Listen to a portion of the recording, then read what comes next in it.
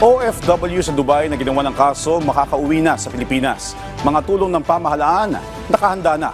Si Bea Gaza de Guzman ng Radyo Pilipinas para sa Balitang Pambansa. Patitignan po natin ito, Kare, Nanay. Huwag kayong mag-aalala.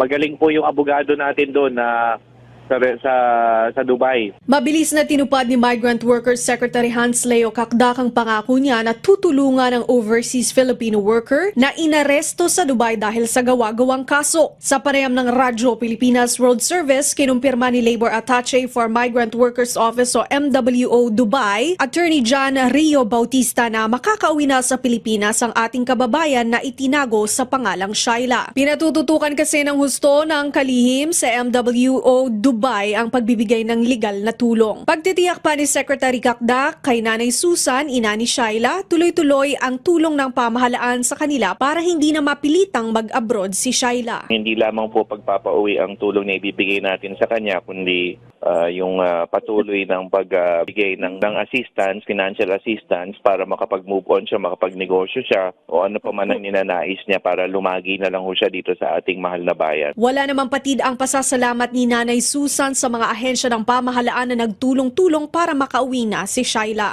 Kina Secretary Hans Leo Kakdak at ang buong DMW, salamat po sa inyo.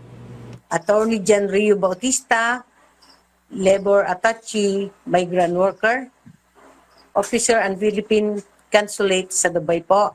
Salamat po mga sir. At ang Presidential Broadcast Service Radio, Pilipinas Manila at Radyo Sir, Pilipinas World Service. Lahat po ng bumubuo ng programa na Bangon Bayang Mahal. Okay. Higit sa lahat, kay Pangulong Bongbong Marcos po. Salamat po sa inyong lahat. Mula sa PBS Radyo Pilipinas, Bea Gaza de Guzman para sa Balitang Pambansa.